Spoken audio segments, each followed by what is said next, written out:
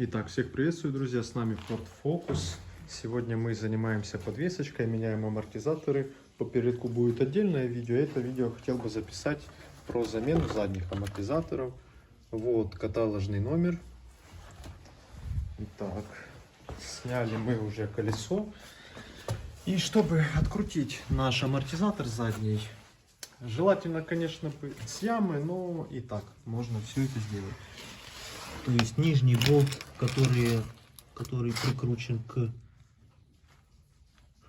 кулаку, цапфе, вот он, под ключик на 15. Откручиваем его и затем откручиваем два маленьких болтика под ключик на 10 через удлинитель.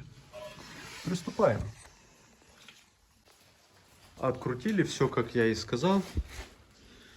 Теперь будем здесь каяться ключиком на 13. Так. Желательно длинной головкой, либо вообще рожковым ключом и держаться за сам шток. Да, откручиваем сейчас ключиком на 13 гайку на штоке амортизатора и снимаем пыльник с отбойником. Будем их переставлять.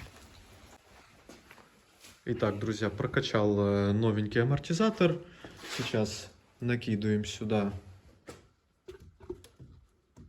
отбойник вместе с пыльником и будем прикручивать нашу опору.